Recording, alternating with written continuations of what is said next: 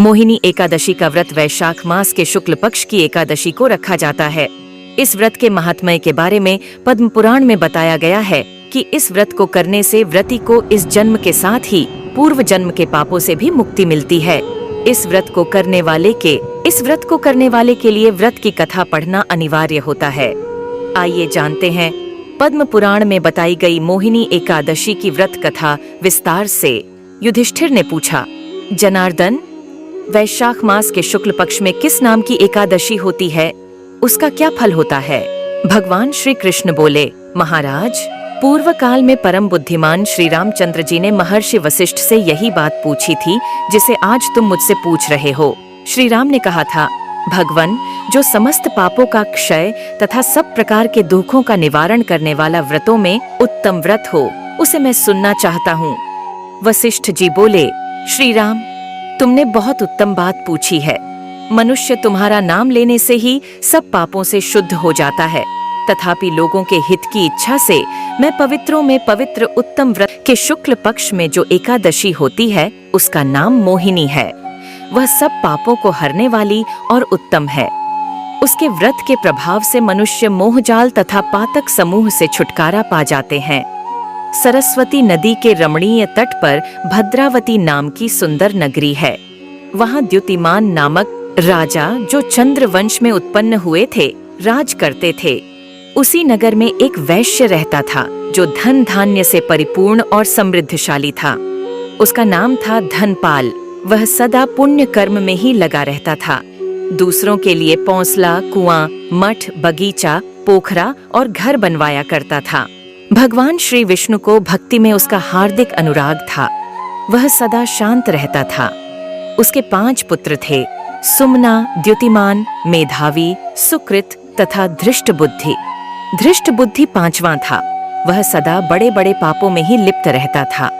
जुए आदि दुर्व्यसनों में उसकी बड़ी आसक्ति थी। वह वेश्याओं से मिलने के लिए लालायित रहता था। उसकी बुद्धि न तो देवताओं के पूजन में लगती थी और न पितरों तथा ब्राह्मणों के सत्कार में। वह दुष्टात्मा अन्याय के मार्ग पर चलकर पिता का धन बर्बाद किया करता था। एक दिन वह वेश्या के गले में बांह डाले चौराहे पर घूमता देखा गया। तब पिता ने उसे घर से निकाल दिया तथा बंधु बांधवों ने भी उसका परित्याग कर दिया। अब वह दिन रात दुख और शोक में डूबा तथा कष्ट पर कष्ट उठाता हुआ इधर उधर भटकने लगा। एक दिन किसी पुण्य के उदय होने से वह महर्षि कौंडिन्य के आश्रम पर जा पहुंचा। वैशाख का महीना था। तपोधन कौंडिन्य गंगा जी में स्नान करके आए थे। धृष्ट बुद्धि शोक के भार से पीड़ित हो मुनिवर कौंडिन्य के पास गया और हाथ जोड़ सामने खड़ा होकर बोला, ब्राह्मण द्विजश्रेष्ठ, मुझ पर दया करके कोई ऐसा व्रत बताइए जिसके पुण्य के प्रभाव से मेरी मुक्ति हो। कौंडिन्य बोले, वैशाख के शुक्ल पक्ष में मोहिनी नाम से प्रसिद्ध एकादशी का व्रत करो। मोहिनी को उपवास करने पर प्राणियों के अनेक जन्मों के किए हुए मेरु पर्वत जैसे महापाप भी नष्ट हो जाते हैं। वशिष्ठ जी कहते हैं, श्री रामचंद्र। मुनि का यह वचन सुनकर धृष्ट बुद्धि का चित्त प्रसन्न हो गया। उसने कौंडिन्य के उपदेश से विधिपूर्वक मोहिनी एकादशी का व्रत किया।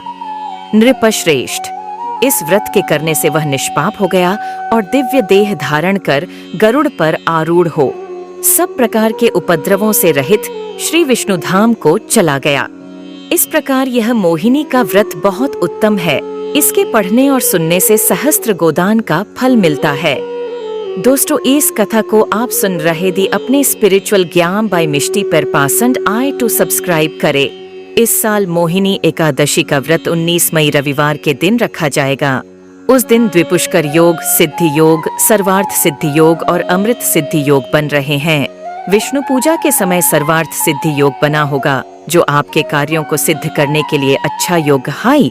वैशाख शुक्ल एकादशी तिथि की शुरुआत 18 मई शनिवार 11:22 से वैशाख शुक्ल एकादशी तिथि की समाप्ति 19 मई रविवार 0:50 तक। एकादशी के व्रत का पारण समय 20 मई सोमवार 5:28 से 8:12 तक होगा।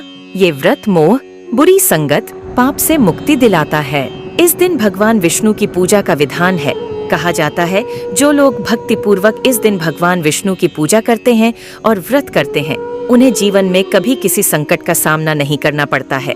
लेकिन इस दिन व्रत को लेकर कुछ नियम बनाए गए हैं जिसका पालन करना जरूरी है। एकादशी पर क्या करें और क्या न करें। उपवास रखें। एकादशी के दिन व्रत रखना शुभ माना जाता है, इसलिए इस दिन भगवान विष्णु के लिए उपवास जरूर रखें। तुलसी पत्र चढ़ाएं। तुलसी पत्र भगवान विष्णु को अति प्रिय है और उनकी पूजा तुलसी पत्र के बिना अधूरी मानी जाती है, इसलिए इस शुभ दिन पर तुलसी दल चढ़ाना चाहिए।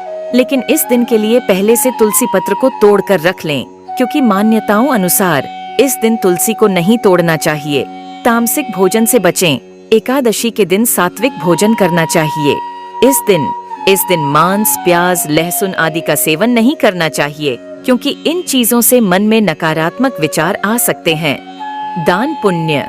अगर आप व्रत रख रहे हैं या फिर किसी कारण नहीं रख पा रहे हैं, फिर भी आपको एकादशी के दिन धन, कपड़े, भोजन और पानी का दान करना चाहिए, क्योंकि ऐसे कार्यों को करना फलदायी माना जाता है।